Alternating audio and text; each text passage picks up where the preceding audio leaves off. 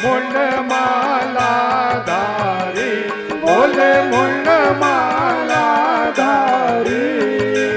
चंदन मृग मग सोहे, चंदन मृग मग सोहे, बोले सचुरारी।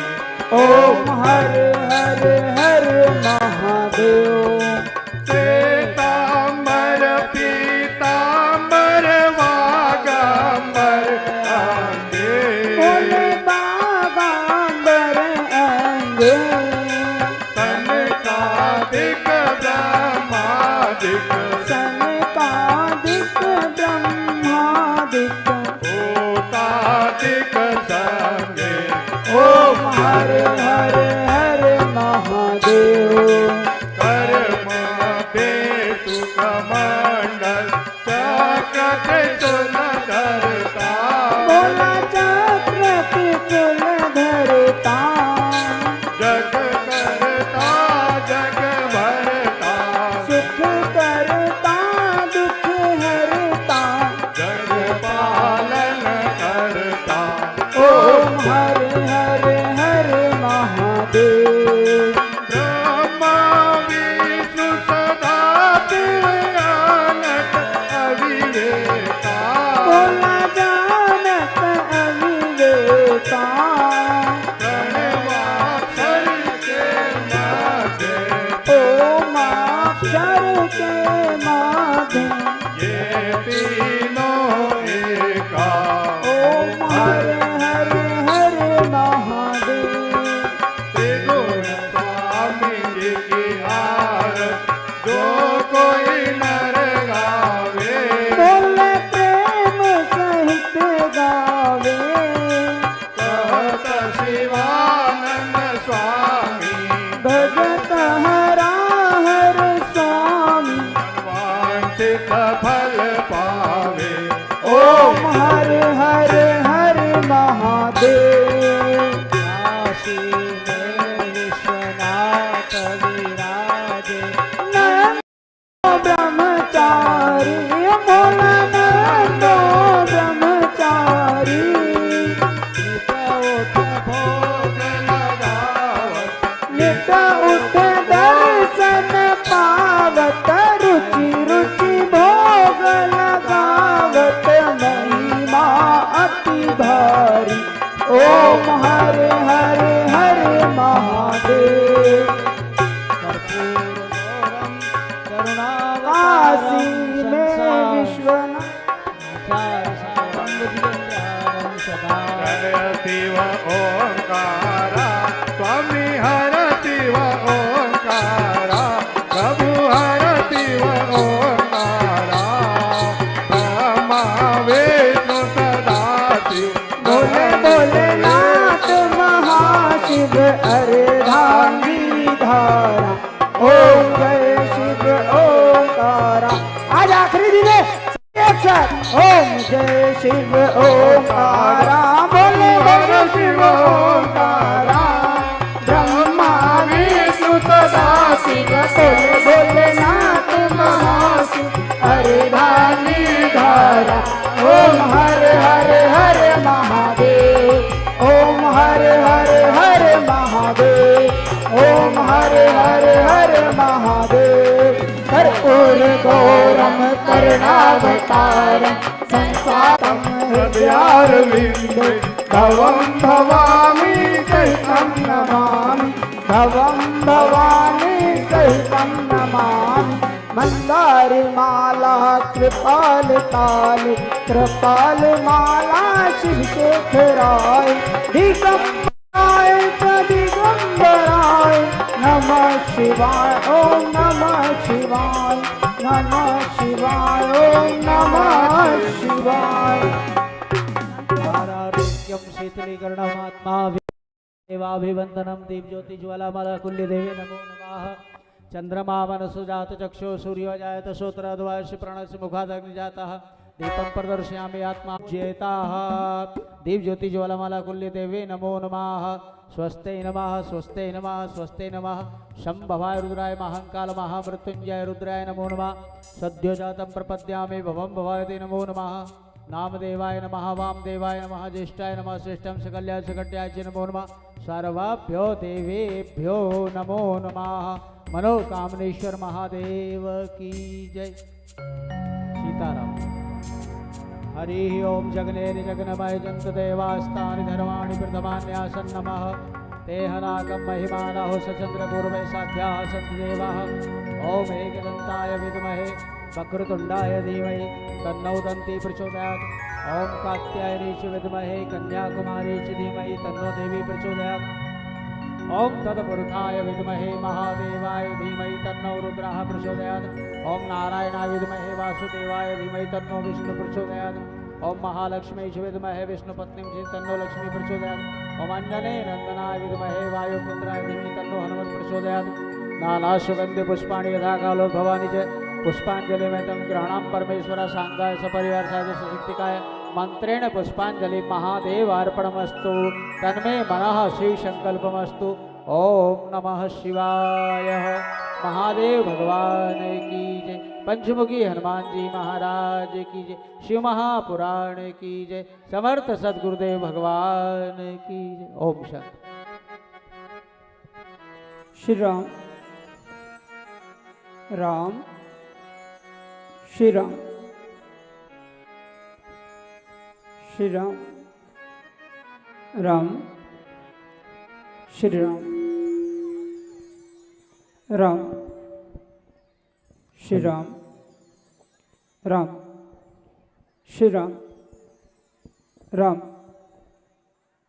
राम श्री राम राम श्री राम राम।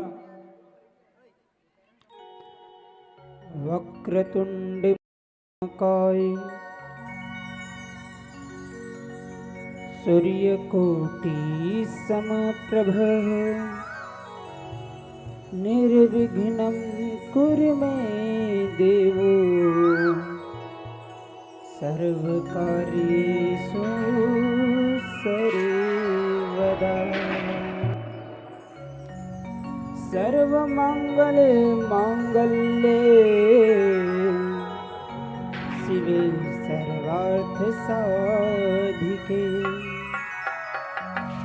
शरण्ये त्र्यंबके गौरी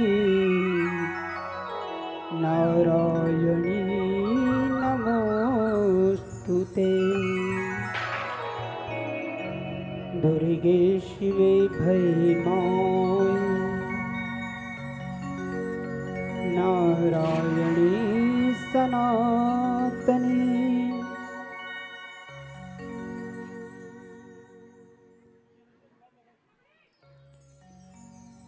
जय में मंगलम देहि नमस्ते सर्वमंगले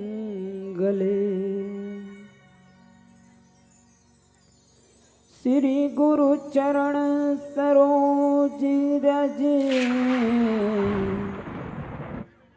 निज मन मुकुर सुधारी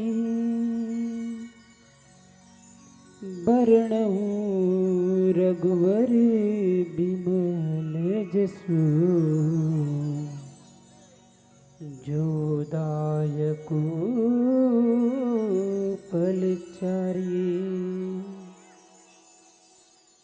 उमाकांत महादेव सच्चिदानंद गुणाकर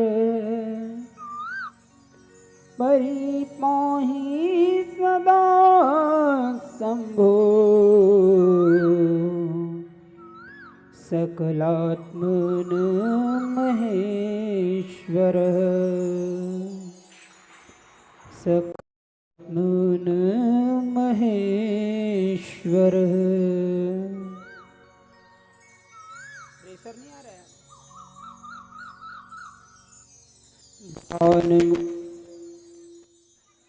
ध्यान मूलम गुरुर्मूर्तिः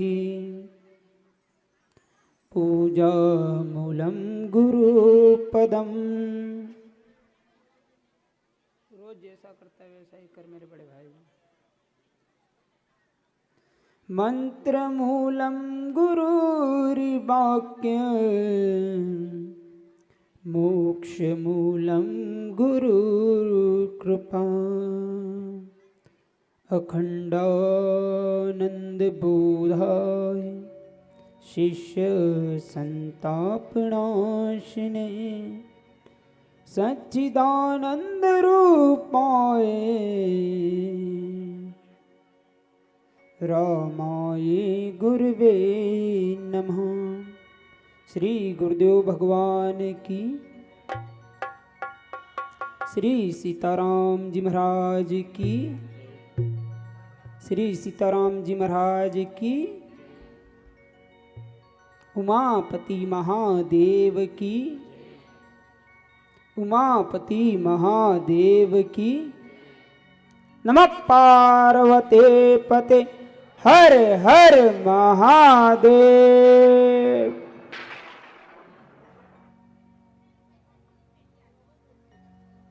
खाली खाली से लग रहा है यार, इधर से क्या बात है?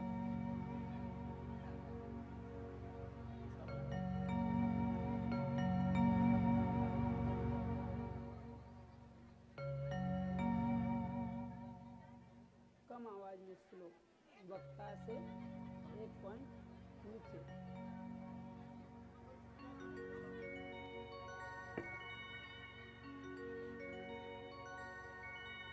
आज शिवरात्रि के दिवस, वैसे तो शिवरात्रि कल ही थी, कल रात को त्रयोदशी शिवरात्रि मनाई गई, हम सब ने मनाई, मगर उत्सव आज मनाया जाता है। और आज महाशिवरात्रि उत्सव की सर्वप्रथम तो सभी बाबा भोलेनाथ के भक्तों को मेरी से ढेर ढेर सारी शुभकामनाएं। और ऑनलाइन भी हमें देख रहे हैं विशाल स्टूडियो के माध्यम से, उन्हें भी मेरी ओर से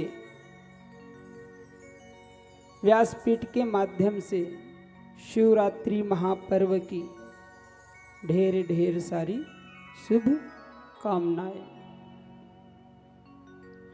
हमें बड़ा अच्छा लगता है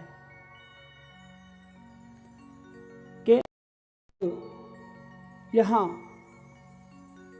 कथा पांडाल में आकर के संपूर्ण 9 दिवस हमें सुनते हैं।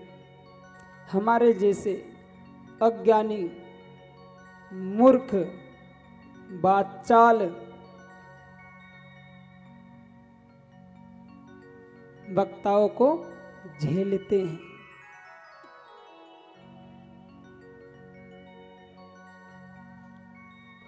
और मैं मेरे समक्ष जो इस कथा पांडाल में बैठे रहते हैं, वो तो भगवान भोलेनाथ की कृपा से बैठते हैं।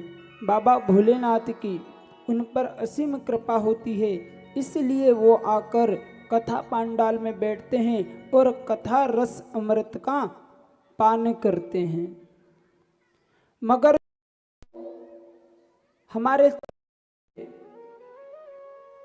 जो हमारे लाइव चलते विशाल स्टूडियो, उस पर घर बैठकर भी पूरे 3-4 घंटे एक स्थान पर हमें सुनते हैं। जब वो कमेंट करते हैं ना, और विशाल भैया हमें बताते हैं, बहुत अच्छा लगता है कि जिसे समय नहीं है, यहाँ आ नहीं सकते, असमर्थ हैं, वो भी भगवान में, बाबा भोलेनाथ पे इतनी श्रद्धा रखते हैं।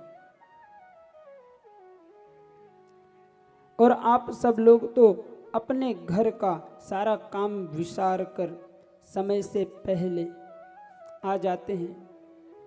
यह बड़ा सराहनीय है, यह बड़ा सराहनीय है। 4 घंटे भगवान की सेवा में, भगवान की कथा में निकालना बहुत बड़ी बात है। आज के इस कश्मकश भरे समय में भगवान को इतना समय देना बहुत मूल्यवान है। मैं ऐसा क्यों कह रहा हूं आप लोगों को पता है? क्योंकि यह जो कलयुग है ना, इसमें समय बहुत कम है। सतयुग में मनुष्य की आयु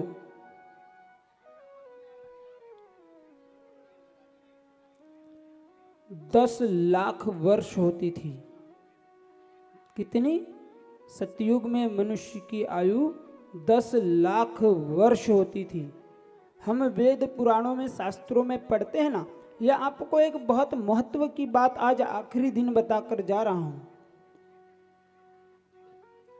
कि सतयुग में मनुष्य की उम्र 10 लाख वर्ष होती थी, और वो 10 लाख वर्ष जीने के बाद भी उसकी इच्छा होती थी, तब उसकी मृत्यु होती थी। त्रेता युग में 1 लाख वर्ष मनुष्य की आयु होती थी। 1 लाख वर्ष। और हम उदाहरण किनके पढ़ते हैं? सतयुग और त्रेता युग के महापुरुषों की। अगर उन्होंने सतयुग में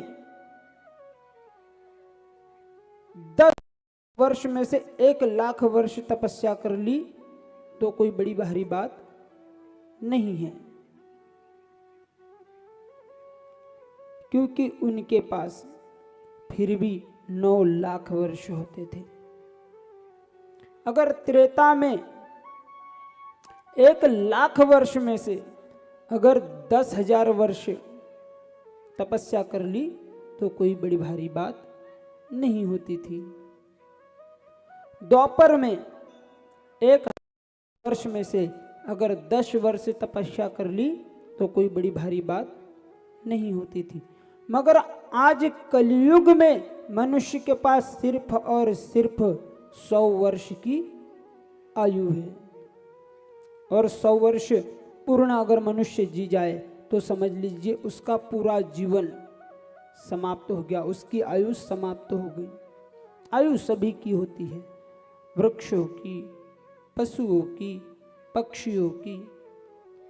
संपूर्ण आयु किसी को प्राप्त नहीं होती, समय से पहले ही वह अपने निज धाम को पधार जाता है, पहुंच जाता है। अगर कलयुग में हम हमारे 100 वर्षों में से 10 नहीं, अगर 1 वर्ष भी, 10 न सही, सिर्फ 1 वर्ष मन से भगवान को भज लेना, 1 वर्ष सिर्फ मात्र, तो भगवान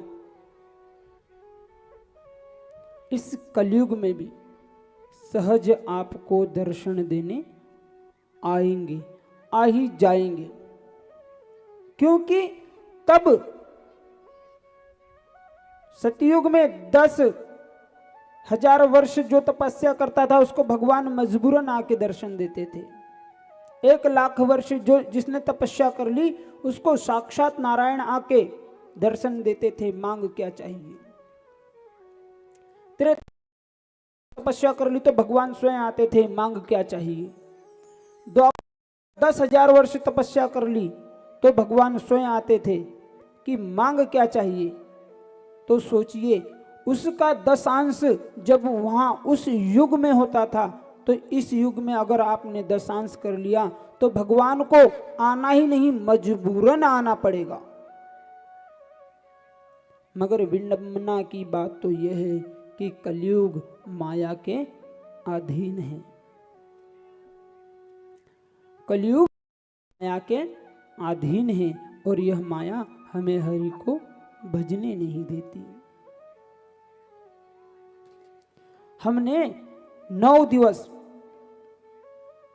खूब मन से कथा सुनी, खूब मन से सुनी, ध्यान लगाकर सुनी। कई माता बहनों ने, भाइयों ने इस कथा रस अमृत में से कुछ बिंदु, कुछ मोती ग्रहण भी किए होंगे। मगर मैं यह कहता हूं कि आपने इस 9 दिवसों में जो सुना, जो ग्रहण किया, उसे जीवन भर तक अपने पास संभाल कर रखना। रामचरित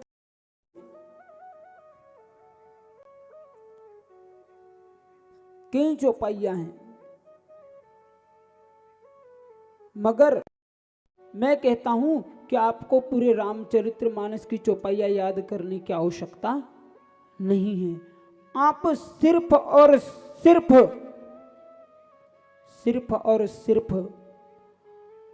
उस रामचरित्र मानस की आधी चौपाई, एक चौपाई भी नहीं, सिर्फ आधी चौपाई अपने जीवन में उतार लो। जो सबरी को भगवान कहते हैं, राम जी नौधा भक्ति, प्रथम भक्ति संतन कर संगा।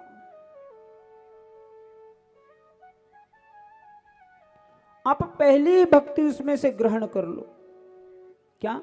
संतों का संग करो। संतों का मतलब हमारे जैसे बाबाओं का नहीं। हम ये नहीं कहते बाबाओं का संग करो और आप भी बाबा बन जाओ, नहीं। संत कौन होता है? पहले दिन आपको बताया, जो सत्य की ओर ले जाए, जो भगवान की ओर ले जाए।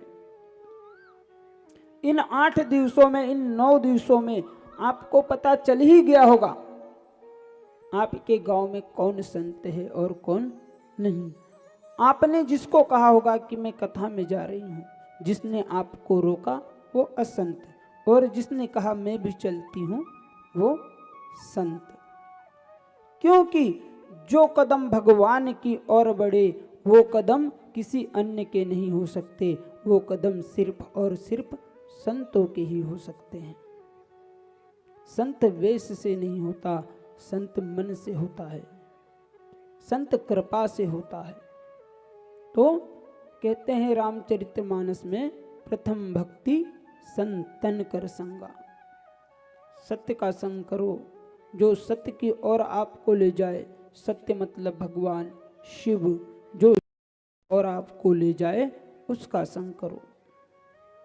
अगर पहला नहीं कर सकते तो दूसरा करो। दूसरी रति मम कथा प्रसंगा। भगवान सुनो, नित्य सुनो, जहां होती हो वहां जाओ। अगर कहीं सुनने का अवसर नहीं मिलता तो हम जो सुन कर आते हैं वो सुनाओ, हमारे घर वालों को सुनाओ। कोई अगर मिल जाए तो हमें पता है, जो बात हमें पता रहती है। राम जी कौन थे सबको पता है, राजा दशरथ के पुत्र। मगर फिर भी आप उनसे पूछो, राम जी का नहीं पूछ सकते तो उनसे सहज ही पूछो, हनुमान जी बताओ लंका में गए थे तो सीता जी ने उन्हें क्या वरदान दिया? कोई भी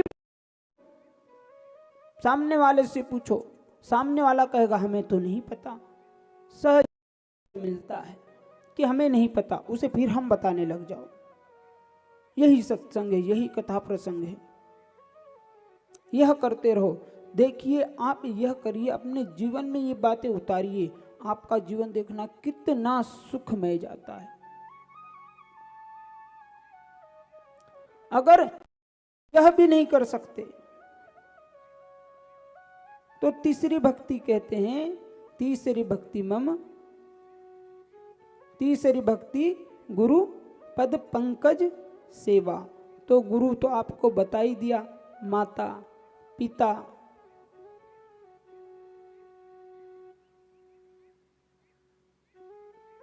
माताओं के लिए उनके पति, ये गुरु हैं, उनकी सेवा करो। यह भी एक भक्ति है, बहुत बड़ी भक्ति है। भगवान के मंदिर में जाकर आप नित्य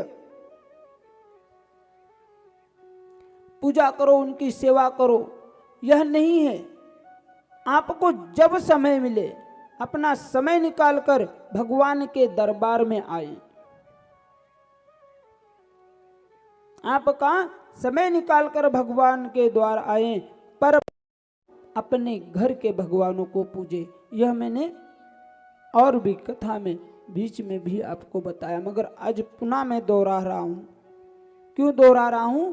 कि शायद आप लोगों से इस 9 दिवस के सत्संग प्रसंग में आपसे ये मोती छूट गए हूं जो आपको ग्रहण करना है। हम चातक हैं, हम हंस हैं। हंसों के साथ बैठकर हम सब हंस ही कहलाते हैं। और हंस का कार्य क्या है? सिर्फ और सिर्फ मोती चुगना। इसलिए मैं ये मोती आपको चुगा रहा हूं, बता रहा हूं कि मोती क्या होते हैं।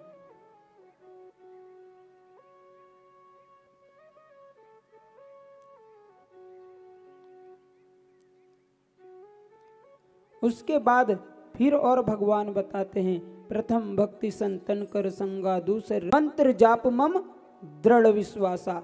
चौथी भक्ति अगर आपने गुरु कर लिए हैं, आज और माताओं ने भाइयों ने गुरु दीक्षा यहाँ कि गुरुजी बताओ हम क्या लेकर आए, क्या लगेगा? तो गुरु को क्या चाहिए? गुरु वही होता है, गुरु वही होता है जो पूर्ण है, समर्थ है, जिसके पास सब कुछ है। गुरु को हम क्या देंगे? हम उनके पास जा किस लिए रहे हैं? किस लिए जा रहे हैं हम गुरु के पास? कि हमें कुछ मिले। और जिसके यहाँ सरकार हम मांगने जाते हैं ना, जिसके यहाँ हम कुछ लेने जाते हैं ना, उसे देने की बात कभी नहीं। जिसके यहाँ यदि हम कुछ लेने जा रहे हो, उसे देने की बात कभी नहीं करना कि आपको क्या चाहिए। सामने वाला क्या कहेगा आपको कि जब तू मुझे देने ही आया है तो दे जा, लेके क्या जाएगा? क्योंकि जहां हम देने जाते हैं वहां से लाने की इच्छा कभी नहीं रखनी चाहिए। हम मंदिर में जाते हैं, किसी अन्य धार्मिक स्थल पे जाते हैं, किसी संस्था पे जाते हैं। बहुत सी संस्थाएं हैं जहां पर गरीब बच्चे, अनाथ बच्चे, वृद्धाश्रम, शूरों के आश्रम, ऐसी कोई जगह पे जाते हैं, ट्रस्टों में जाते हैं, तो वहां हम देने जाते हैं, दान देने जाते हैं, तो वहां से लेकर आने की इच्छा कभी नहीं रख सकते। क्योंकि जहां हम देंगे वहां से लेना नहीं चाहिए। और हम लेने जाते हैं, गुरु को दे नहीं सकते। गुरु को तो सिर्फ और सिर्फ खुद को समर्पण कर दो। मुझसे जिन जिन लोगों ने पूछा कि गुरुजी क्या लाए, तो मैं उनको बताना चाहता हूं कि हाँ, मैं लेता हूं, मैं लेता हूं। आपके भीतर हृदय पे हाथ रख के जिन जिन लोगों ने दीक्षा ली है मुझसे, आज इस पंडाल में उपस्थित हैं, अपने हृदय पे हाथ रख के विचार करो कि मुझ में क्या अवगुण है, तुम में क्या अवगुण है। जिनने जिनने दीक्षा ली है, सही में अपने अवगुण देखो कि हम में क्या अवगुण है, और जो अवगुण हो ना, वो मुझे आज गुरु दक्षिणा में दे जाना। क्योंकि पुत्रों का भार उठाने का कार्य सिर्फ और सिर्फ पिता का होता है, और जिसने दीक्षा ली है गुरु से, वो गुरु के पुत्र होते हैं। तो तुम्हारा भार हमें दे जाओ, आप स्वच्छंद होकर हरि का भजन करो बस। मगर ये नहीं आज आपने भार दे गए, फिर कल भार लेकर आ गए। एक बार सिर्फ, बार बार नहीं। यही गुरु दक्षिणा होती है मेरे लिए।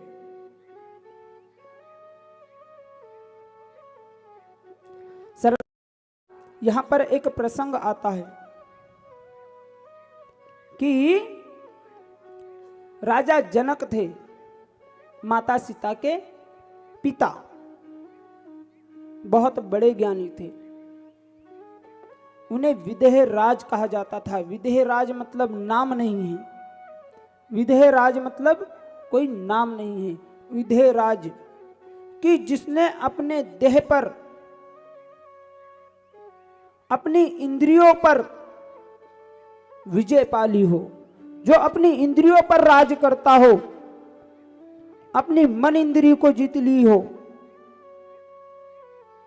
कि मैं अपने मन के चलाए नहीं चलूंगा, मन मेरे चलाए चलेगा। अगर हमारा मन कह रहा है कि हम इस कथा में से उठकर चले जाएं, तो आप इंद्रियों के अधीन हो। हमें इंद्रियों के अधीन नहीं रहना, इंद्रियों ने हमारे अधीन होना चाहिए। तो राजा जनक को जाता था, क्यों?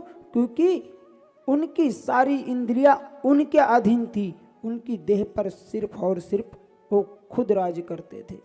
मगर विदेह बने कैसे?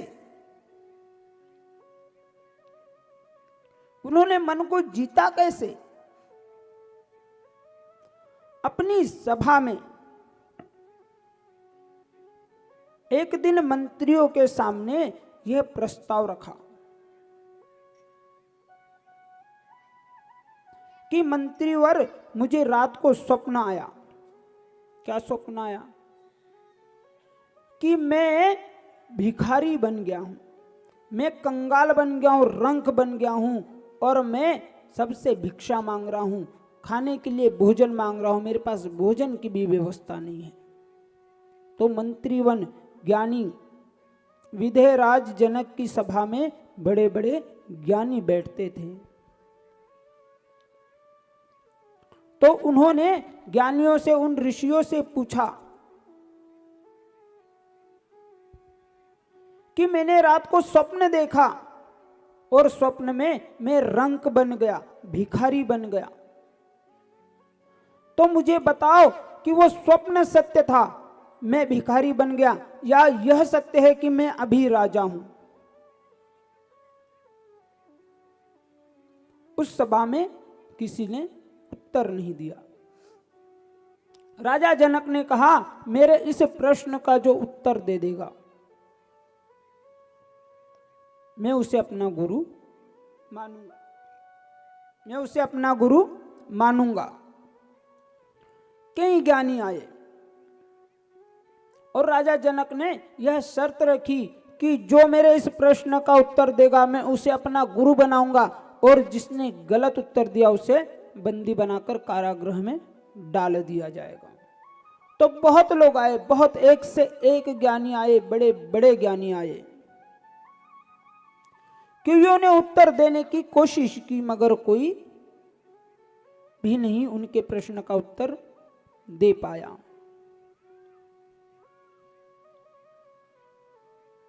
विदेहराज की एक सभा एक दिन लगी थी, उसमें विदेहराज सभी मंत्रियों से एक ही प्रश्न पूछते कि जो मैंने स्वप्न देखा वो स्वप्न सत्य है, या जो मैं आज हूं वो सत्य है।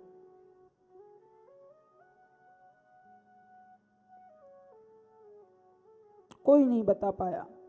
मगर एक ऋषि थे, वो 7 जगहों से टेढ़े थे, जिनका नाम अक्रवष्टा था। 8 जगहों से टेढ़े, अक्रवष्टा।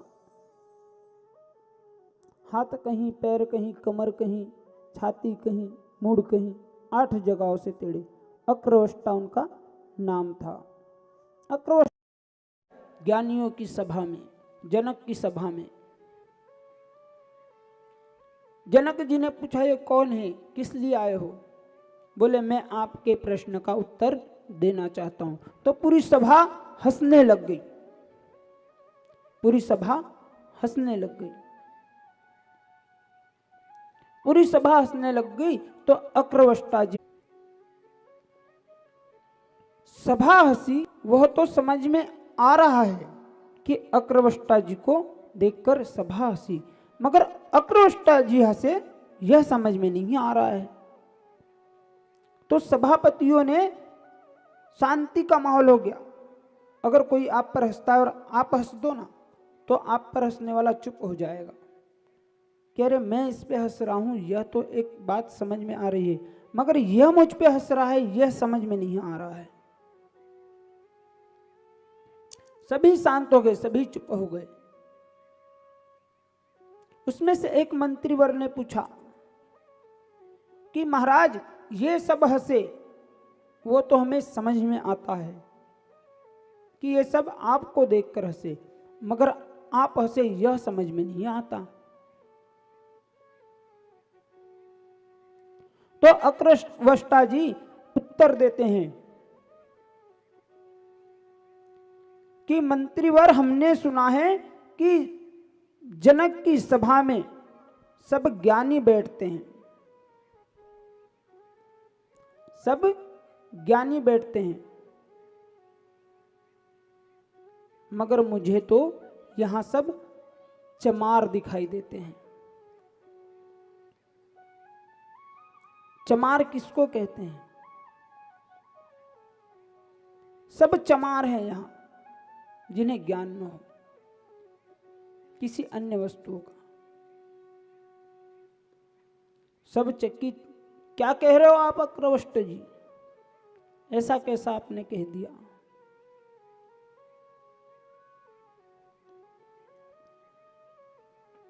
अक्रवष्ट जी कहते हैं कि ये सब सिर्फ और सिर्फ चमड़े की परख कर रहे हैं। हम किसकी परख करते हैं? सिर्फ और सिर्फ चमड़े की। ये सुंदर दिख रहा है, ये भद्दा दिख रहा है। अगर सुंदर है तो हमारे पास उसको बिठाएंगे, सम्मान करेंगे। अगर भद्दा है, मैला है, तो दूर, उसका मजाक उड़ाएंगे। वहां पर शर्म के मारे सर झुका लिए, सबके सर शर्म के मारे झुक गए। बात तो सही है। अगर अक्रवष्ट जी 8 जगह से टेढ़े नहीं होते तो उनका सम्मान करते मूर्ख जो सभा में बैठे थे। अक्रवष्ट जी कहते हैं कि मैंने तो सुना है राजा जनक की सभा में सब ज्ञानी बैठते हैं, मगर मुझे यहां सबके सब मूर्ख दिखाई दे रहे हैं, जो मेरे इस शरीर को, मेरे इस चमड़े पे हंस रहे हैं। सब लज्जा से सर नीचे झुका लेते हैं। अक्रवष्ट जी से जनक कहते हैं, महाराज हम आपका सम्मान करते हैं, मगर हमारा एक प्रश्न है, उसका हमें उत्तर दें। अक्रवष्ट जी कहते हैं, मैं आपको उत्तर तो दूंगा राजन, मगर सबसे पहले यह बताओ कि आपके कोई गुरु हैं? क्योंकि ज्ञान सिर्फ और सिर्फ गुरु से लिया जाता है, किसी अन्य से प्रश्न पूछने का आपको कोई अधिकार नहीं। और यदि आप किसी से प्रश्न पूछते हैं, वो आपको देता है, ज्ञान देता है, तो वो भी आपका गुरु है। भगवान दत्तात्रेय, जिनकी हमने कथा सुनी थी उस दिन, अनसुईया के पुत्र, उनके 24 गुरु थे। योगियों में श्रेष्ठ हैं भगवान दत्तात्रेय, विष्णु का अवतार हैं। उन्होंने भी अपने जीवन में 24 गुरु माने। उन्हें एक वेश्या से ज्ञान मिला, वेश्या को गुरु बनाया। श्वान से ज्ञान मिला, श्वान मतलब कुत्ता, कुत्ते को। अजगर से ज्ञान मिला, अजगर को गुरु बनाया। आकाश से ज्ञान मिला, आकाश को गुरु बनाया। अग्नि से ज्ञान मिला, अग्नि को गुरु बनाया। ऐसे उन्होंने 24 गुरु बनाए। अक्रवष्ट जी कहते हैं कि राजन, पहले तुम गुरु बनाओ, महाराज मैं गुरु बना लूं, आप ही जाओ। तो गुरु बनाने से पहले तो गुरु दक्षिणा देनी पड़ती है। बोलो क्या दोगे? महाराज ये सर्वस्व तुम्हारा। सर्वस्व क्या दोगे? राजपाट नहीं चाहिए, मैं संतुष्ट नहीं हूं। महाराज मेरे पत्नी बालक जो है वो भी आपके नहीं चाहिए, इसमें भी पूर्ति नहीं होती। महाराज ये देह तुम्हारी नहीं चाहिए, उससे भी संतुष्टि नहीं होती। तो महाराज आप ही बताओ क्या चाहिए? ये तुम्हारा मन मुझे दे दो। महाराज दिया, मन दिया। हाँ महाराज आपको मन हमने दिया। यह हृदय आज से, यह रूह आपकी, मन आपका, ठीक है? मन हमारा, रूह। तो फिर जब मन ही आपका, तो आपको सोचने का कोई अधिकार नहीं है, क्योंकि जो वस्तु किसी और की है उस पे काम लेने का तुम्हारा कोई अधिकार नहीं है। जब मन हमारा है, मन गुरु को दे दिया, तो तुम्हारा कोई अधिकार नहीं कि तुम उस वस्तु का प्रयोग करो। तो अगर आपने मन भगवान के चरणों में अर्पण कर दिया, भगवान के चरणों में लगा दिया, तो भगवान का कार्य है कि तुम्हारे उस मन को किस और ले जाए, वो आपके साथ क्या करे। क्योंकि जिसका मन किसी अन्य पे समर्पित हो जाता है, मन किसी और को हम अर्पण करते हैं, तो मन के साथ देह भी जुड़ता है, मन के साथ देह जुड़ता है, देह के साथ रिश्ते नाते जुड़ते हैं, रिश्ते नातों के साथ धन संपत्ति जुड़ती है। मतलब सब एक मन दे दिया, मन अगर अर्पण कर दिया तो सब कुछ आपने अर्पण कर दिया। विदेराज आज के बाद आपको सोचने का कोई हक नहीं है। और रहा आपका प्रश्न, तो न स्वप्न सत्य है और न आज आप राजा हो वो सत्य है। यह सब लोगों पे भी लागू होती है कि आप रात में स्वप्न देखते हो वो भी झूठा है, और आज आप यहां बैठे हो यह भी झूठ है। आपके बालक के रिश्ते नाते भी झूठे हैं, सब कुछ झूठे हैं। क्योंकि सच्चे अगर होते तो आपके साथ जाते, आप साथ लाते। जब आप आए थे तो आपने साथ में किसको लाए थे? आप जब तो साथ में किसको लेकर जाओगे? कोई नहीं अपना। ये जगत है सपना, जब सपना झूठा तो सब झूठा। अगर सत्य कुछ है तो वो सिर्फ और सिर्फ शिव ही है। इसलिए अपने मन को शिव के चरणों में समर्पित करो।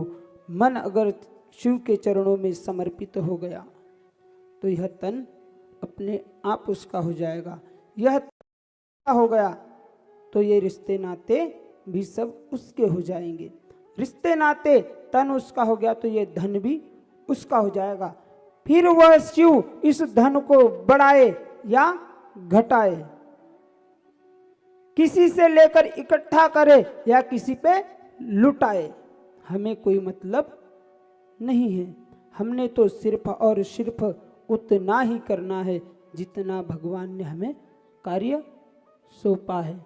यही इन 9 दिवसों का 9 दिवस जो हमने यह शिव महापुराण पढ़ी है, सुनी है, इसका इतना ही सार है। इस एक मोती को आप चुग लो, एक बात को, एक उपदेश को अपने जीवन में उतार लो, आपका जीवन हमेशा और हमेशा सुखमय गुजरेगा। आपके जीवन में दुख कभी आ ही नहीं सकते। आगे रामचरितमानस में नवदा भक्ति में खुद राम जी भी कहते हैं कि आप किसी अन्य के दोष ना देखे। प्रथम भक्ति संतन कर संगा, दूसर रति मम कथा प्रसंगा, तीसर गुरुपद पंकज सेवा अमाना, मंत्र दृढ़ विश्वासा, पंचम भजन सो वेद प्रकाशा, छठ दम शील बिरति बहुकर्मा। छठी भक्ति में कहते हैं कि आप शील स्वभाव रखो और सज्जनों के कर्मों का अनुसरण करो, संतों के कर्मों का अनुसरण करो। सातों में ही मैं जग देखा। आप इन भले 6 चौपाइयों को, 6 उपदेशों को मत ग्रहण करो, 7वां ग्रहण कर लो कि जगत सब सीताराम जी का है, शिव जी का है, सब में शिव है, सब जगह शिव है। इस एक बात को ग्रहण कर लो तो आपका जीवन सफल हो जाएगा। ये भी छोड़ो, 8 जथा लाभ संतोषा, सपने नहीं देख संतोषा। अगर आप इतना भी नहीं कर सकते तो किसी का अहित नहीं करना कभी। जितना है उतने में संतुष्ट रहने की आदत डालें तो भी आप हमेशा दुख रहित रहेंगे, आपको दुख कभी नहीं आएगा। 8 जथा लाभ संतोषा, जितना है उतने में संतोष रखो। सपने नहीं देख खई पर दोषा। कौन क्या कर रहा है हमें उससे कोई मतलब नहीं है। इतनी इनमें से कोई एक बात को सिर्फ धारण कर लो, कौन क्या कर रहा है हमको उससे मतलब नहीं है। ये भी नहीं कर सकते तो भगवान आखिरी में कहते हैं आप ये कुछ भी नहीं कर सकते, न करो। नवम सरल सब सन छलहीना, मन हरस न दीना। कि आखिरी में फिर भगवान कहते हैं आप इनमें से कुछ भी अगर धारण नहीं कर सकते तो मन में से पाप निकाल दो, हटा दो। सबके साथ एक जैसा सरल व्यवहार, कपट रहित व्यवहार कि हाँ भाई तू ऐसा है तो ऐसा है, तू अच्छा है तो अच्छा है। न किसी की झूठी बुराई करें, न किसी की झूठी तारीफ करें, न किसी की झूठी बुराई करें और न किसी की झूठी तारीफ करें। नवम सरल सब सन छलहीना, मन हरस न दीना। अगर अधिक में की आवश्यकता नहीं है, क्योंकि यह जो भी मिल रहा है प्राप्त हो रहा है हमारा नहीं है। अगर हमारा होता तो हमारे पास हमेशा रहता, हमारा होता तो हमारे साथ हमेशा रहता। धन हमारा है। आप खेत में अन्न बोते हो, फसल बोते हो, वो आपकी है आपकी। अगर आपकी होती तो आप उसे घर में भर कर रखते, आपके पास हमेशा रहती, मगर आपकी नहीं है वो तो सिर्फ आप कर्म कर रहे हैं। आपने अपना कर्म किया, उसे आपने काट कर लाए, उसे घाए, थ्रेशर वगैरह में निकाला, हार्वेस्टर में निकाला और वैसे ही निकालकर सीधे मंडी भिजवा दी।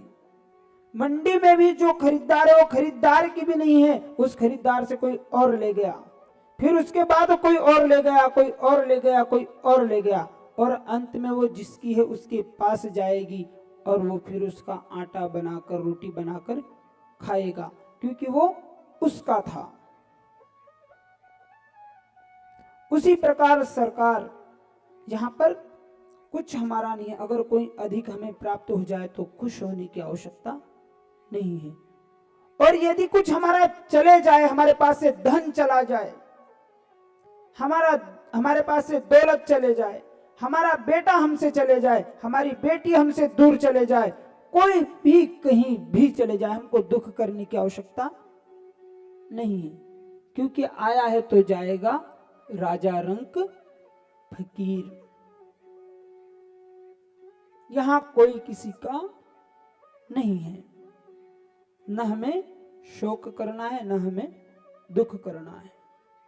समझ में आ रहा है आप लोगों को हम क्या कह रहे हैं? हमें तो ऐसा लग रहा है कि सीधे यहां से पहाड़ी के उस पार जा रहा है।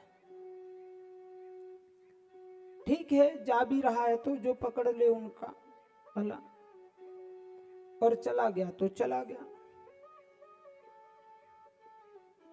आज गया कल जाएगा, परसों जाएगा, कभी न कभी तो हमारे पास रहेगा।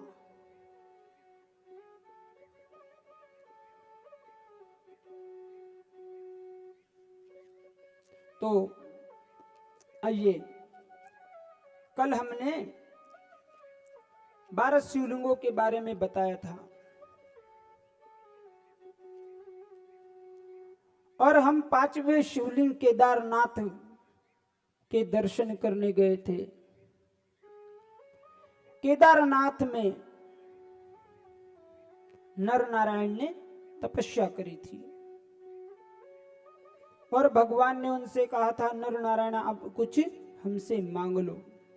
तो भगवान शिव ने, भोलेनाथ ने कहा कि प्रभु आप इस स्थान पर, इसी जगह पर विराजमान रहो मां पार्वती के संग, और जो भी आपकी पूजन करे, जो भी आपकी पूजा करे, दर्शन करे, आप उसको साक्षात प्रकट होकर ग्रहण करें। तो केदारनाथ में साक्षात जो भी पूजन करता है, जो भी पाठ करता है, उसे भोलेनाथ खुद सुनते हैं और पूजन को ग्रहण करते हैं। छठा, डाकन्य भीमाशंकर। डाकन्य भीमाशंकर में इसका नाम डाकन्य है।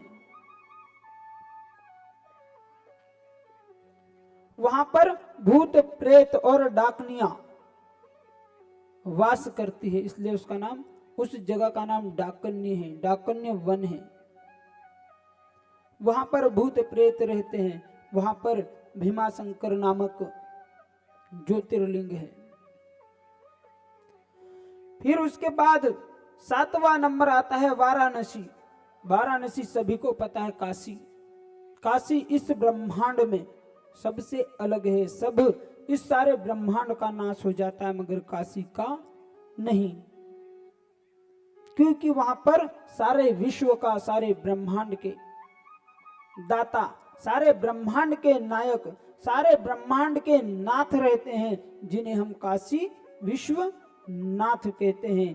तो वहां काशी विश्वनाथ के रूप में भगवान भोलेनाथ विराजमान रहते हैं। जो काशी में मरता है वो नहीं लेता, क्योंकि वहां पर साक्षात भोलेनाथ रहते हैं।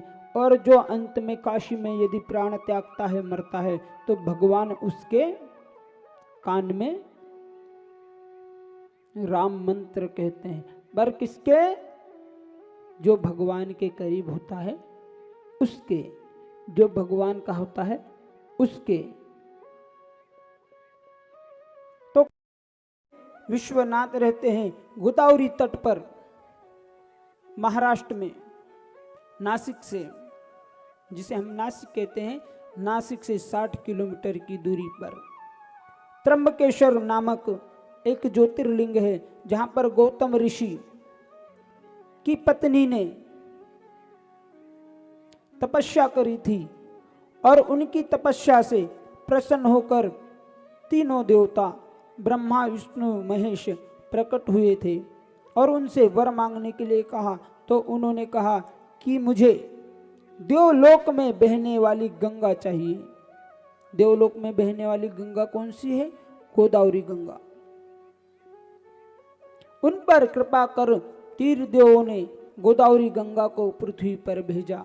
गौतम पत्नी अहिल्या देवी,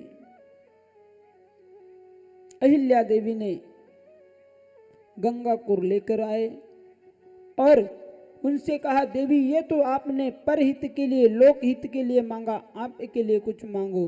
तो कहा, प्रभु मुझे अपने लिए कुछ नहीं चाहिए, आप तीनों इसी पर्वत पर, इसी तट पे, इसी स्थान पे निवास करो।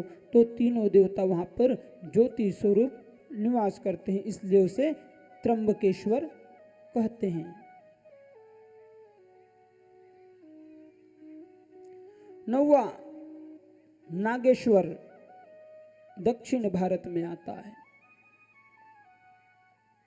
नागेश्वर नामक ज्योतिर्लिंग 90वें स्थान पे आता है। ईश्वर, आप लोगों को एकादशी की कथा मैंने सुनाई दी थी, सुनी थी ना आप लोगों ने एकादशी की कथा? हाँ, बस तो उसी दिन मैंने कह दिया था। आज आप लोगों को मैंने बता ही दिया कि भगवान ने किस प्रकार व्रत किया, शिव जी कैसे प्रसन्न हुए। और भगवान ने कहा कि भोलेनाथ जो राम के ईश्वर वो रामेश्वर, और भगवान ने श्री राम जी ने अपने निज हाथों से वहां पर शिव जी की प्रतिष्ठा करी, और राम जी ने प्रतिष्ठा करी, इसलिए वो रामेश्वर नाम से विख्यात हुए। मनुष्य को जीवन में एक बार अवश्य रामेश्वर तीर्थ के दर्शन करने जाना चाहिए। चिता वैद्यनाथ बिहार के प्रांत में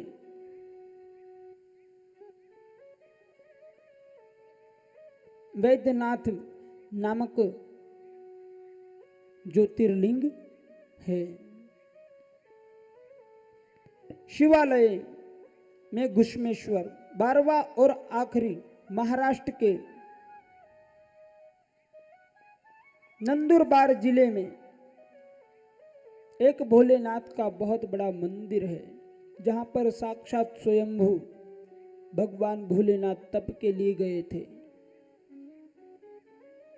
और वहां पर एक भक्त की अर्जी के कारण वहीं विराजमान हो गए, इसलिए उन्हें घुश्मेश्वर कहा गया।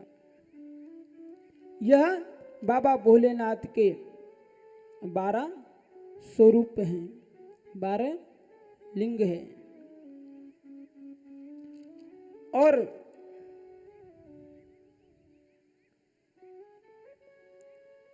बाबा का जो भी मन से स्तवन करता है, पूजन करता है, इन ज्योतिर्लिंगों का जो से नाम जाप कर लेता है ना, 12 ज्योतिर्लिंगों का, उन्हें कोई अन्य पूजा पाठ की या तन शुद्धि की आवश्यकता नहीं है,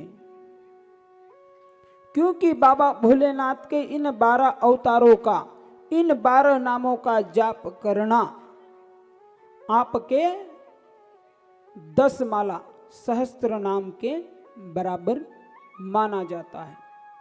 जो नित्य शिव जी के इन 12 ज्योतिर्लिंगों के नाम उच्चारण करता है, उसके सारे पाप नष्ट हो जाते हैं।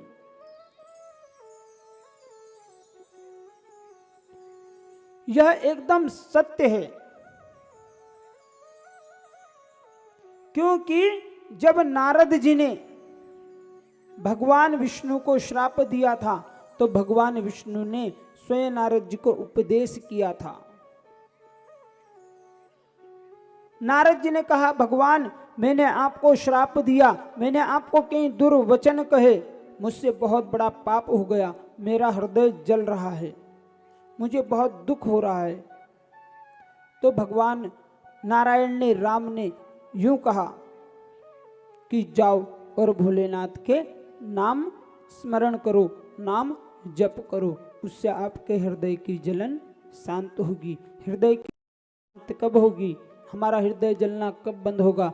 जब हम पाप रहित हो जाएंगे, पापों से हमारा छुटकारा हो जाएगा, तब हृदय में जलन नहीं होगी। हमारे हृदय के सारे दुख जाते रहेंगे, मस्तक पे की सारी चिंता दूर हो जाएगी। ठीक है, आप यदि शिवालय तक नहीं आ सकते, मन कामनेश्वर महादेव, ओम पर्वत पर, तिरला, करवान पहाड़ी नहीं आ सकते, ना आए। आप यदि इन 12 ज्योतिर्लिंगों के दर्शन करने नहीं जा सकते, न जाएं। यदि आपके मन में 12 ज्योतिर्लिंगों के दर्शन करने की इच्छा है तो आप हमारे मन कामनेश्वर महादेव मंदिर आ जाएं। भीतर चारों ओर आपको 12 ज्योतिर्लिंग एक ही जगह दर्शन दे देंगे। किए हैं ना आप लोगों ने ऊपर जाकर दर्शन, आज किए कि नहीं? कि भीतर जो मन कामनेश्वर महादेव है उनसे अपने मन की कामना कह दी कि भगवान मारा तो छोराणो ब्याह जल्दी हुई जावे, मारी छोरी की नौकरी लगी जावे, इतना ही मांग के आ गए। बाबा भोलेनाथ मारा घरवाला हमारा यहाँ आके खूब चिलम पिए, रोज चिलम पिए, उसकी चिलम छुटी जावे। इतना ही तो नहीं कामना मांग के आए, दर्शन करके आए ना। मांगना भी चाहिए, उन्हीं से मांगना चाहिए, क्योंकि दातार वही है, देते वही हैं, कोई दूसरा नहीं देगा। इन भिक्षुकों से कुछ मांगने की आवश्यकता नहीं है, मांगना उससे है जो इन्हें भी देता है। हमें इन संसारी लोगों से नहीं कहना है, न हमारा दुख कहना है, न हमें कोई जरूरी वस्तु मांगनी है। मांगनी है तो उस महादेव से मांगनी है जो सबको देता है, जो इन्हें भी देता है, वो जगत को देता है, सबको देता है, तो हमें भी देगा। ये एक अलग बात है कि समय पे ही देता है। अब आप लोग अपने माता पिता से अगर कहते हैं मुझे पैसे चाहिए, यह वस्तु लानी है, तो तुरंत दे देते हैं क्या निकाल के? पहले आपसे 100 सवाल पूछे जाएंगे, क्या करेगी, क्या करेगा, मारे यह वस्तु लानी है, मैं ले दूंगा, मैं ला दूंगा, क्या जरूरत है? फिर आपको 2-4 दिन 8 दिन में ला के देते हैं। अगर आप अपने पति से कहती हैं कि मुझे अब मायके जाना है, मारा पास कपड़ा कोनी, साड़ी नहीं है, पैसा दो, पैसा दो, मैं लेने आऊंगी, तो क्या कहते पति? हो रहने दे, मैं ले दूंगा,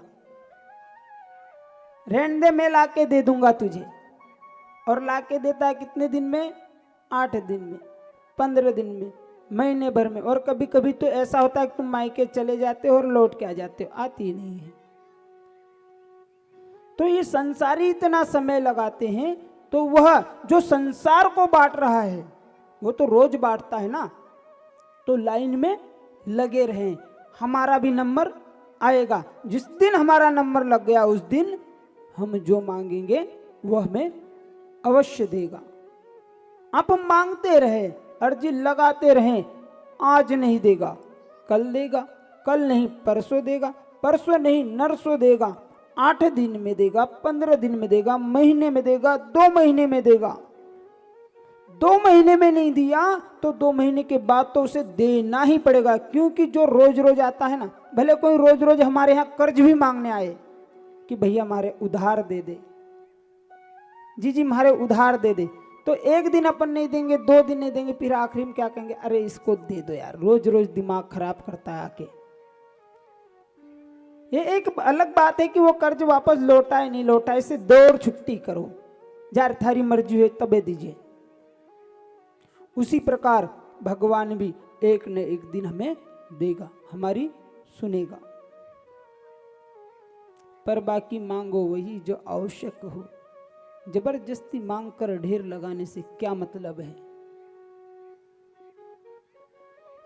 तो यह जो हमने शिव महापुराण की कथा सुनी, 9 दिवस, मैंने पहले दिन आप लोगों से कहा था ना, पहले ही दिन कहा था कि 9 दिवसीय कथा में आएगा और मन से कथा सुनेगा और उसकी इच्छा पूर्ण होगी। आप में से कईयों ने मन में इच्छा रखी होगी कि मेरा यह काम हो जाए, मैं आज आपको वचन देता हूं कि यदि आपने सही मन से, सच्चे मन से और निश्चल मन से कथा सुनी है तो आपकी हर कामना पूर्ण होगी, होगी और जरूर। और यदि आपने मन में कपट रखा होगा तो भैया आपका पुण्य तो ब्याज में गया। फिर अगली कथा होगी, फिर ट्राई करना, फिर कोशिश करना। तो हमारी इस शिव महापुराण की यात्रा इन 12 ज्योतिर्लिंगों पे यही समाप्त होती है। और 12 ज्योतिर्लिंगों की इस यात्रा के बाद अंतिम में हमें वापस लौटकर ओमकारेश्वर जाना है। तो अब 9 दिन हमने यात्रा करी, थक गए हैं। थक गए हैं कि नहीं?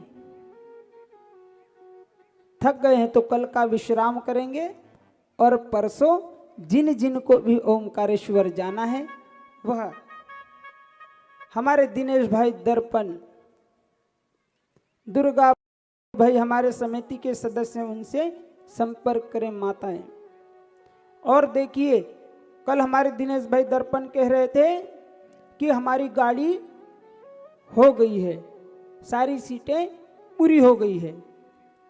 तो जिनको भी जाना उसमें कोई 15 सीटें बता रहे थे, 15 जन, 15-20 जन, 15-20 जनों की जगह और बची है। तो उनसे जो भी जाना चाहते हैं संपर्क कर लेवें,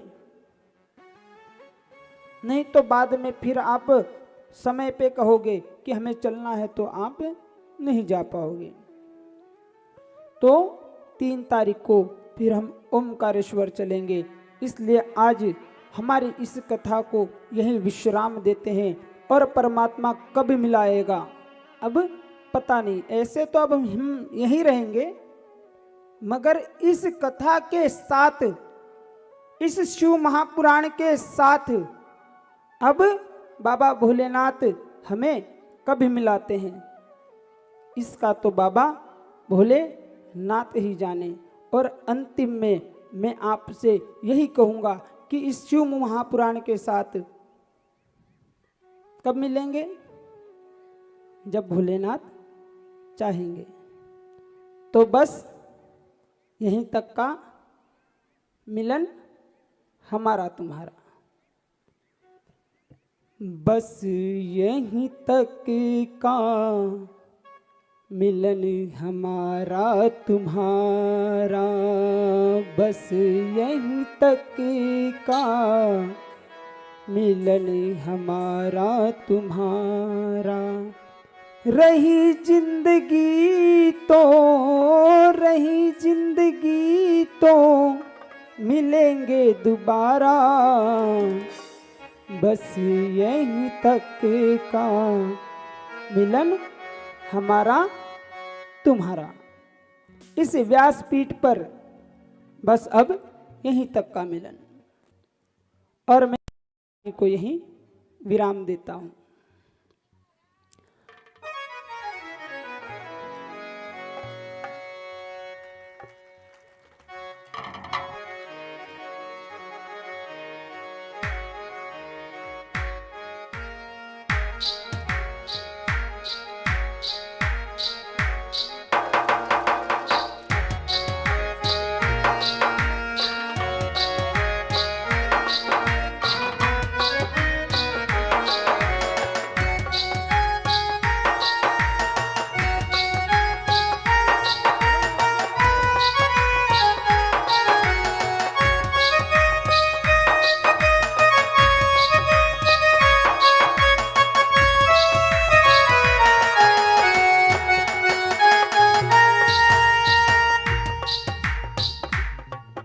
अभी आरती में कुछ समय है, इसलिए मैंने तो विदाई ले ली आप लोगों से। अब कथा के बाबत में तो नहीं कहूँगा और ना आप लोगों को ही उपदेश करूँगा, क्योंकि मुझे इतना ही देना था। और भोलेनाथ अब विदाई लेने के लिए तैयार हैं, मगर अभी कोई रहा है जिसे अभी आप लोगों ने छोड़ा नहीं है। अब वो किस प्रकार विदाई लेते हैं वो जाने।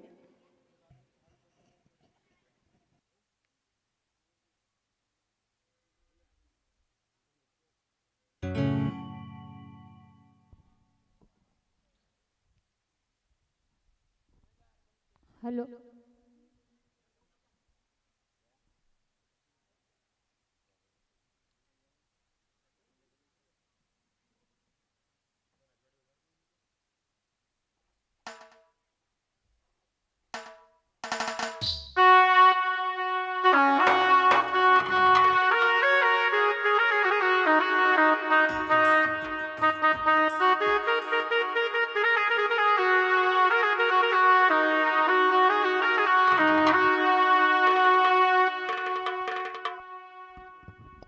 हेलो।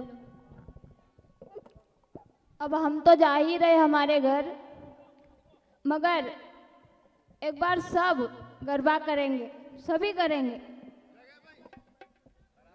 हाँ, अपनी अपनी जगह पर सभी करेंगे।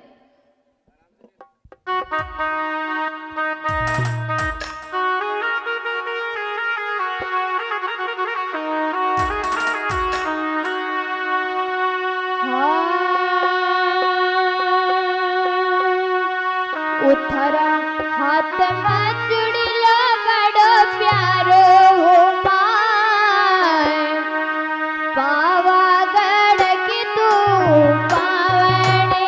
उथरा हाथ में चुड़िलो बड़ो प्यारो हो माय, पावागढ़ की तू पावने। उथरा हाथ में चुड़िलो बड़ो प्यारो हो माय, पावागढ़ की तू पावने।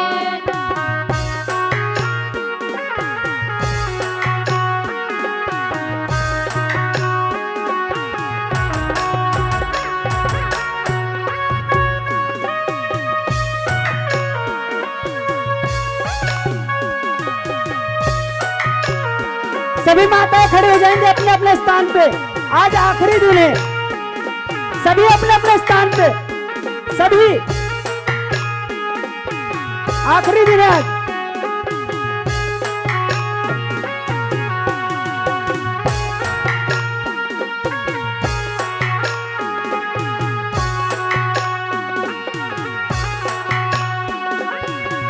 जय हो।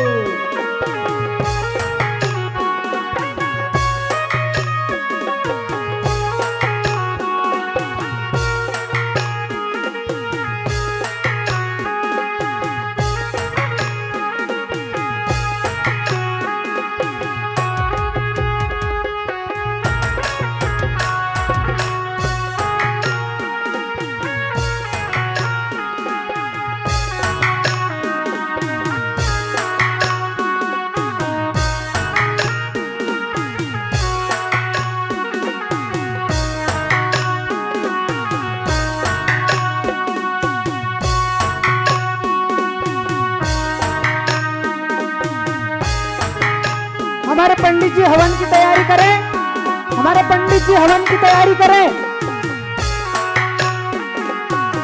पंडित जी हवन की तैयारी करें।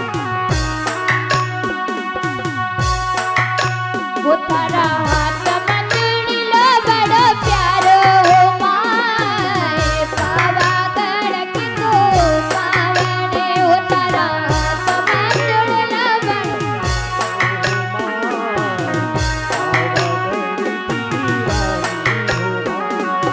पावागढ़ की तू पटराने, पावागढ़ की तू पटराने।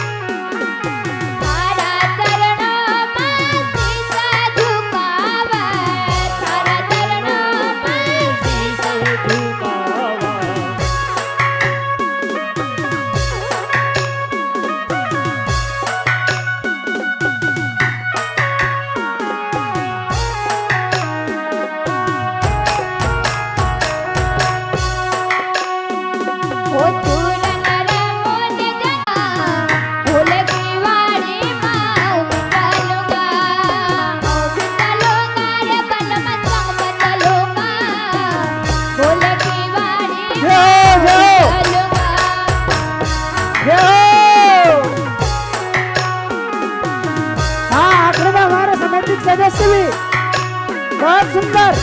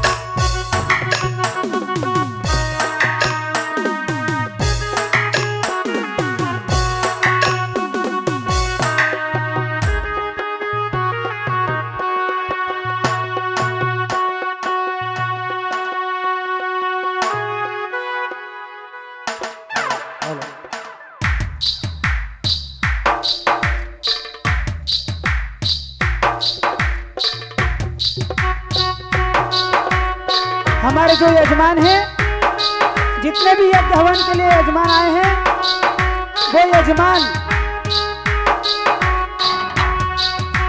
वो सभी यजमान खड़े हो जाएं हवन के लिए।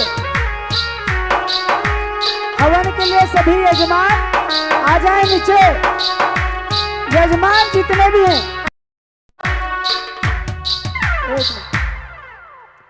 हमारे जो भी हवन के लिए यजमान आए हैं वो पंडित जी के साथ जजमान सामने आ जाएं और इस पुनीत कार्य को हवन के साथ संपन्न करें।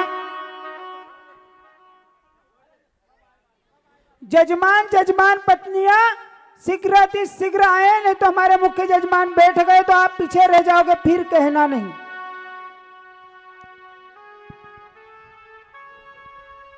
और सभी से निवेदन करता हूं मैं, भाइयों से, बहनों से, माताओं से, आपने 9 दिनों तक शांति बनाए रखी।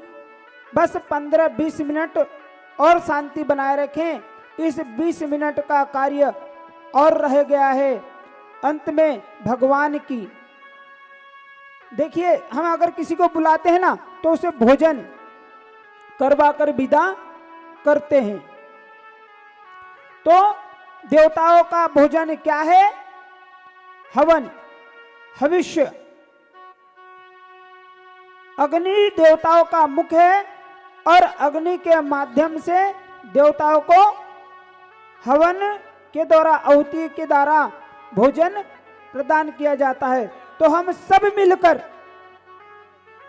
भगवान को, भगवान भोलेनाथ को और अन्य जो देवी देवता हमने बुलाए हैं, आमंत्रित किए हैं, उनको इन आहुतियों के माध्यम से भोजन करवाकर विदा करेंगे।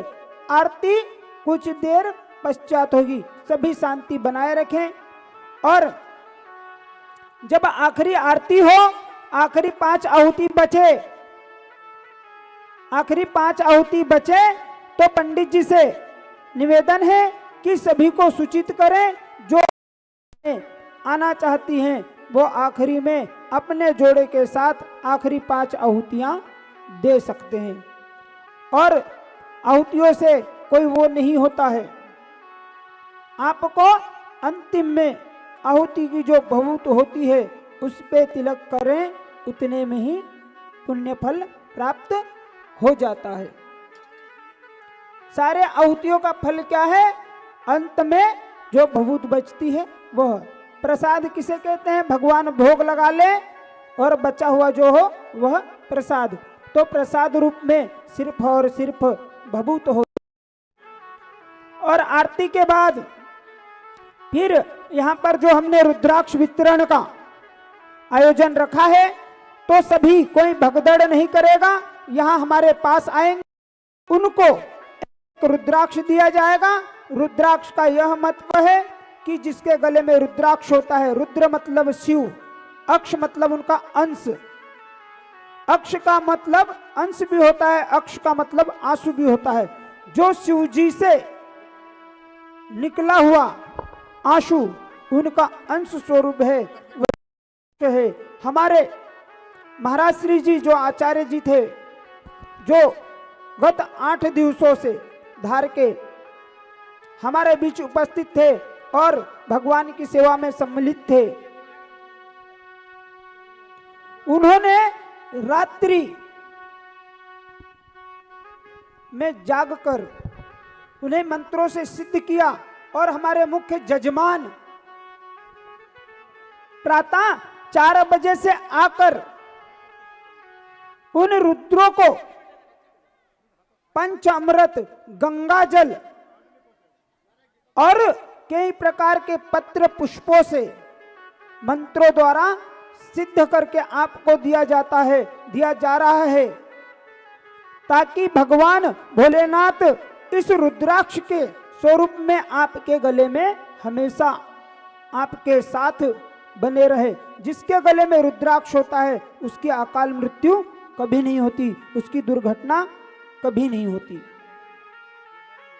यह एकदम सत्य बात है। वेद पुराण भी कहते हैं रुद्राक्ष का बहुत बड़ा महत्व होता है।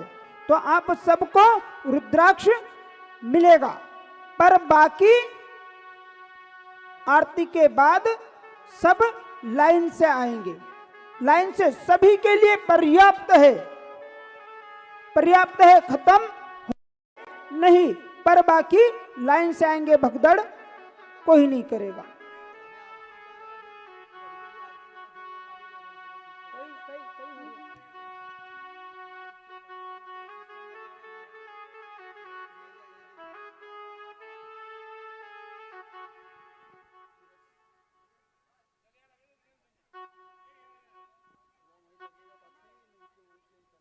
हमारे इस पुनीत आयोजन में हेलो सीताराम। हमारे इस पुनीत आयोजन में सहभागी हमारे समिति के सभी सदस्यों का हम मन और वाणी दोनों से बहुत बहुत आभार व्यक्त करते हैं, जिन्होंने अकथ प्रयास कर 9 दिन अपने परिवार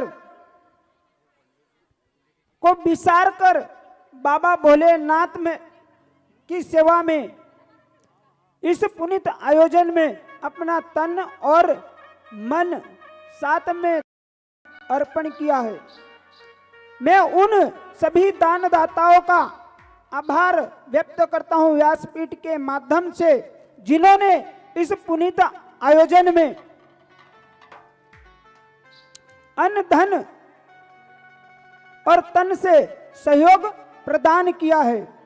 मैं आभार व्यक्त करता हूं उन सभी का जिन्होंने इस 9 दिन इस शिव महापुराण के में 9 दिवस भंडारा प्रसादी की सेवा दी है, धन अन्न दिया है। हम बहुत बहुत धन्यवाद देते हैं हमारे गिरधारी भैया हलवाई धार वाले का, जिसने हम सभी को भगवान की प्रसादी बनाकर पवाई है। देखो कम ज्यादा तो होती है, ये एक हंसने की बात नहीं है, पर बाकी हमारे गिरधारी भैया हलवाई और उनके सहयोगी सभी मित्र बंधुओं और भाई का भी आभार व्यक्त करते हैं। हम आभार व्यक्त करते हैं उन कन्याओं का जिन्होंने नित्य आकर के सुबह 5 बजे से आप लोगों को पुड़िया बना बना कर खिलाई है। हम आभार व्यक्त करते हैं हमारे टेंट वाले नेता, जिन्होंने बहुत कम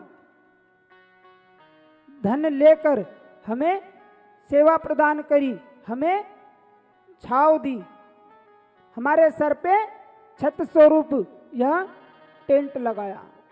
वैसे हमारे मनीष भैया ने भी कोई कम सराहनीय कार्य नहीं किया है, ये एक अलग बात है, मशीनरी है, कभी कभी बात हो जाती है, पर हमारी आवाज आप तक पहुंचाने का कार्य हमारे मनीष भैया, मनीष साउंड बड़वा ने किया है। और आप लोगों में भी, और जो बाहर के घर बैठे हैं उनका भी उत्साह वर्धन करने के लिए जो इस यंत्र जिसे हम कैमरा कहते हैं प्रयोग कर हमारे मन को, हमारे भाव जन तक पहुंचाने का कार्य किया है। हमारे विशाल भैया रेवापुर, जिनका विशाल स्टूडियो चैनल है, हम उनका भी बहुत बहुत आभार व्यक्त करते हैं। और मंच पे हमारे जितने भी कलाकार हैं, इनका सभी का सराहनीय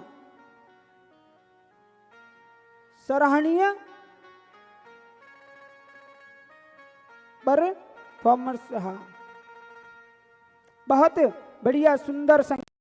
और अब हमारी दीदी जी आखिरी में, भारती दीदी जो क्षेत्र सिंगा जी से पधारी हैं, अच्छा है, बढ़िया है, ऐसा कहना गलत होगा। सिर्फ अच्छा है, बढ़िया है, ऐसा कहना गलत होगा। इतने बढ़िया भजन, इनके लिए तालियां बनती है। बहुत ही सुरीली आवाज है और हमारी दीदी जी का भी हम आभार व्यक्त करते हैं कि उन्होंने हमारे बीच पधार कर गत 4-5 दिवस हमारे सभी भक्त वृंदों का, माताओं का मन मोह लिया।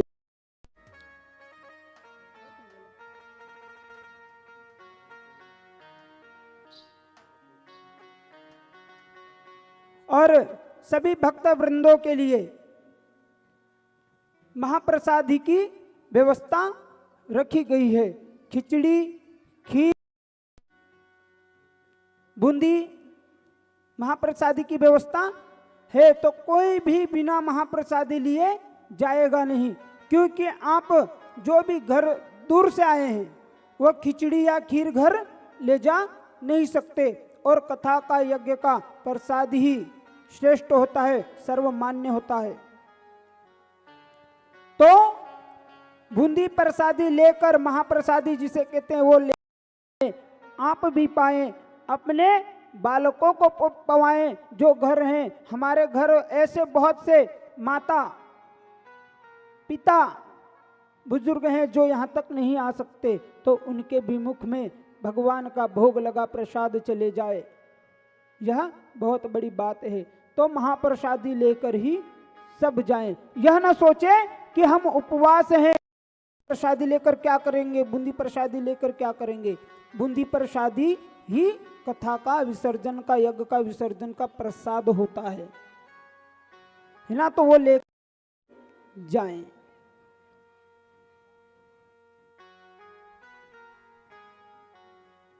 तब तक दीदी एक आध भजन हो जाए।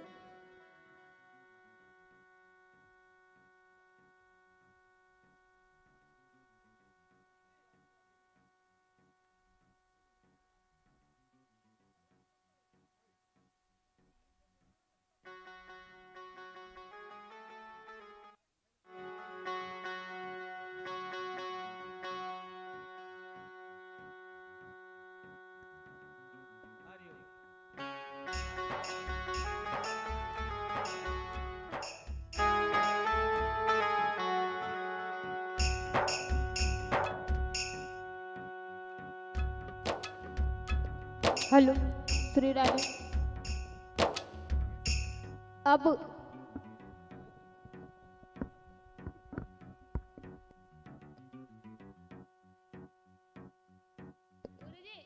हरिओम हरिओम हरिओम हरिओम हरि ओम भूर्भुवः स्वाहा गंगणपते नमः सरस्वते नमः हटकेश्वराय नमः मनोकामनेश्वराय नमः पंचमुखी हनुमते नमः सद्गुरुदेवाय नमो नमः। संकल्पम कुर्यात, है ना। सभी जजमान बोलेंगे 3 बार गणेश जी का नाम। ओम गंगणपते नमः बोलिए। हाँ, ओम गंगणपते नमः, ओम गंगणपते नमः। 3 बार विष्णु भगवान का नाम बोलिए। विष्णुवे नमः, विष्णुवे नमः, विष्णुवे नमः। हो गया।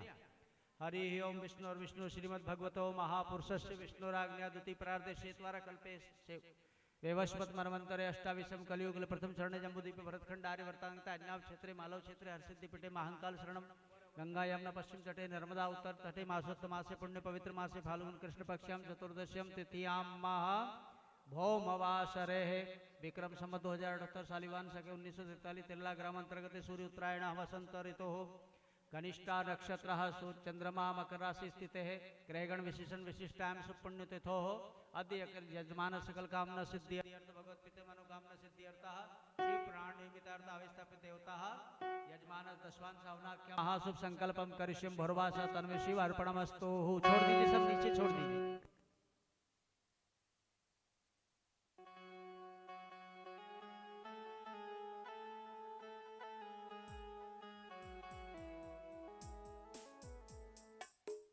देखिए, हाँ हाँ हाँ, अभी आरती होगी, है ना। यहाँ पर पुराण की आरती होगी और उसके बाद फिर हवन का काम चलता रहेगा, है ना।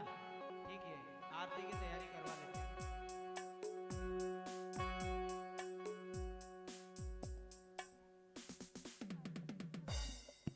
आरती करवा लें ऐसा?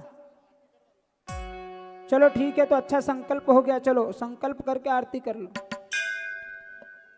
चलो एक काम करो यार,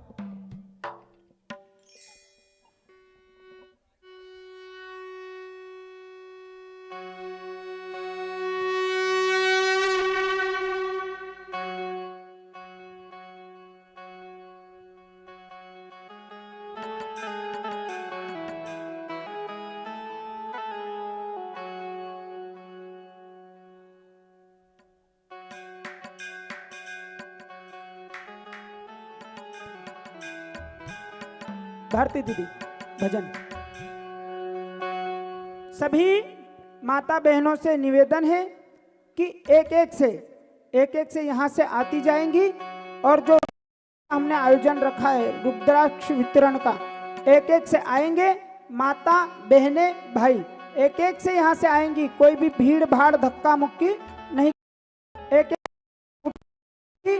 एक से, है ना?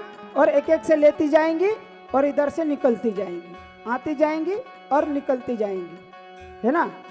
दोबारा नहीं आएगा, नहीं तो तुम इधर से निकल के और इधर सामने से आ जाओ, ऐसा नहीं होगा, है ना? हाँ, और यह चीज कोई ना हो कि इसके बदले आपसे लिया जाएगा, कोई पैसा लिया जाएगा, नहीं। आपसे कुछ, जिसकी मर्जी है कि भगवान के प्रसाद अगर लेते हैं तो कुछ देना चाहिए, जिसकी मर्जी है जितनी मर्जी उतना दे, और जो बेचारा असमर्थ है के पास नहीं है, बहुत सी माताएं ऐसा है कि आ जाती हैं, बहुत से भाइयों के पास जेब में नहीं रहता है, तो कोई बात नहीं, शर्म कोई ना करें, क्योंकि ये प्रसाद भगवान और किसी से कुछ नहीं है, भगवान तो सिर्फ और सिर्फ देते ही हैं। तो आप लोगों को रुद्राक्ष दिया जाएगा धारण करने के लिए, रखने के लिए। साथ में जो आप लोगों ने भगवान को प्रसाद रूप में आरती में जो पैसे भेंट किए हैं ना, आप ही लोगों ने भगवान को जो चढ़ावा चढ़ाया है, वही चढ़ावा आप लोगों को एक सिक्के के रूप में पुनः वापस लौटाया जा रहा है। आपका प्रसाद आपको ही, क्योंकि हम प्रसाद वापस मिलता है ना मंदिर से, उसी प्रकार आपने जो चढ़ावा चढ़ाया है, जो आरती में पैसे चढ़ाए हैं, वो भगवान के चरणों में आए हैं, तो आपने चढ़ाया है, इसमें कोई शक नहीं है ना? तो वो प्रसाद स्वरूप आपको दिया जाएगा, एक सिक्का और एक रुद्राक्ष आप धारण करें, और सिक्का अपने लक समझें, अपनी तिजोरी में रखें, जो भी आप उसे संभाल कर रखें, है ना? तो एक से आए हम तब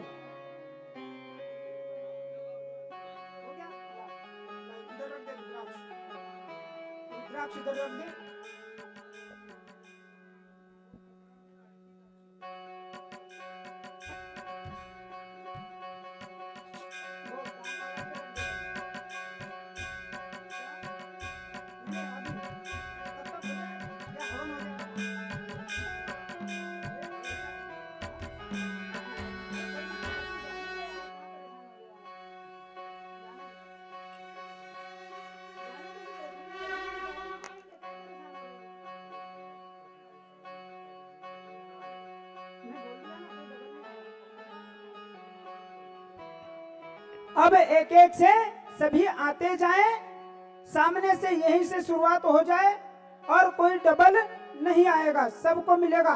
ये जितनी भी ये बच्चियां, ये सब पीछे हो जाएं, ये आगे देखिए, नंबर बाई नंबर।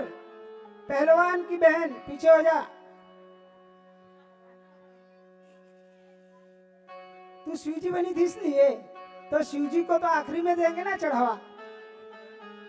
एक से आते जाएं। हो गई तुम्हारी व्यवस्था? ये क्या चल रहा है? अरे सबको सब कुछ मिलेगा, आप ये अभी झगड़ा झुगड़ी ना करो, सबको सब कुछ मिलेगा, सबके लिए सब कुछ पर्याप्त है ना? और अभी हम बैठे हैं, जिसे ऐसा लग रहा है वो और लेकर आए, यहाँ रख दे, अभी आरती बाकी है, ऊपर लगे हुए हैं बहुत सारे बेलपत्र। आरती बाकी है, चिंता न करें। अब जब तक व्यास जी की पूजन नहीं होती ना, आप लोगों को एक बात बता दें, और जब तक व्यास जी बैठे ही रहते हैं यहाँ पर, इसका तात्पर्य कि व्यास जी यहाँ भी बैठे ही हैं, आप जी ही दे रहे हैं ये। जब तक आरती होके तिलक उनका नहीं होता, व्यास जी यहाँ से जाते नहीं, क्योंकि जब तक दक्षिणा नहीं मिलती मजदूर यहाँ से निकलते नहीं है ना। तो एक एक से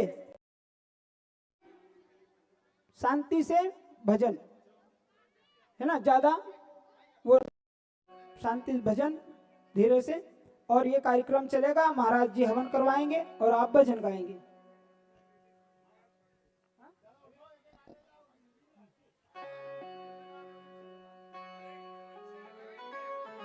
हाँ, सभी ये दूर हो जाए, हट जाए, यहां से रास्ता खाली कर दें।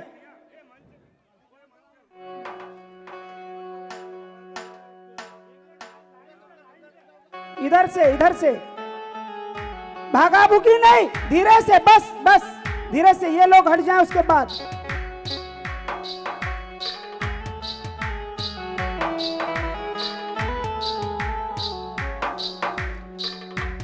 हम तो जाते अपने गाँव, सबको राम राम राम। हम तो जाते अपने गाँव, सबको राम राम राम। हम तो जाते अपने गाँव, सबको राम राम राम।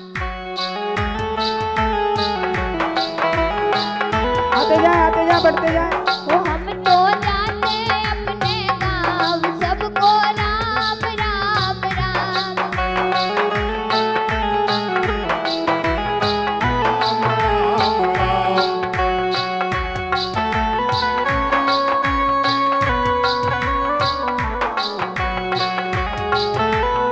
बस धक्का मुक्की नहीं, सबको मिलेगा, पर्याप्त मिलेगा।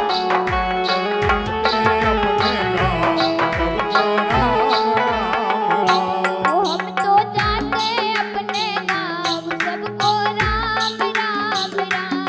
हम तो जाते अपने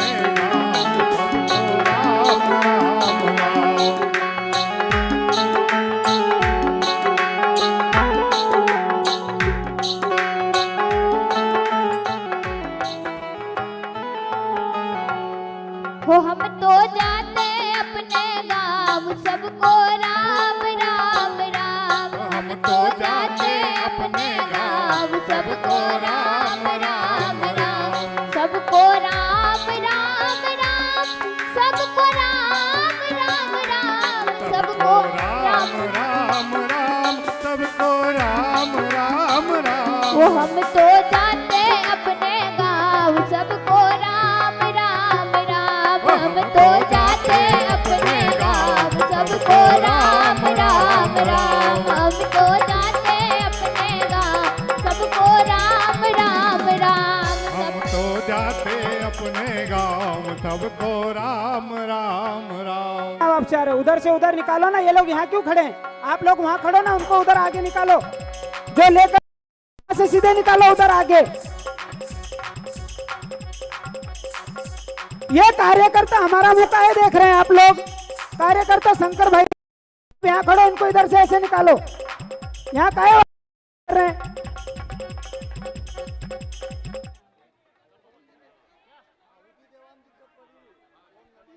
उन्होंने बोला था तभी तो, उन्होंने बोला था तभी गाया। नहीं, वो तो गुरुजी बोला है मैं इसलिए वो नाराज हो।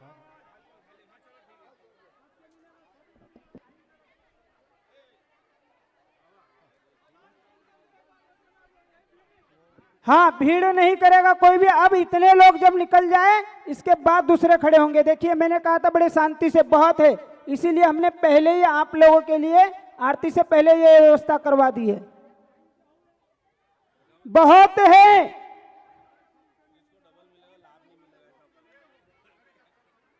जो बेईमानी करेगा हमारे कार्यकर्ता कहते हैं उसको लाभ नहीं मिलेगा।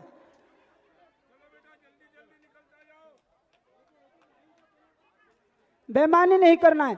डबल भी मिल जाएगा, ऐसी कोई बात नहीं, बहुत है हमारे पास, पर्याप्त है, सबको डबल भी मिल जाएगा, मगर अभी नहीं, जब सब हो जाएंगे मैं खुद अनाउंसमेंट करूंगा कि जिसको डबल लेना है वो आ जाए। मैं खुद कहूंगा, आप लोग चिंता ना करें, पर पहले सबको एक बार ले लेने दें।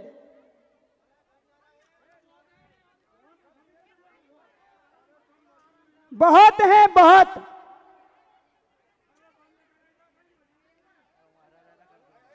चलो चलो चलो, आप विवाद ना करो, इनको आने दो, फट फट फट फट, आप तो सिर्फ उनको आगे बढ़ाओ,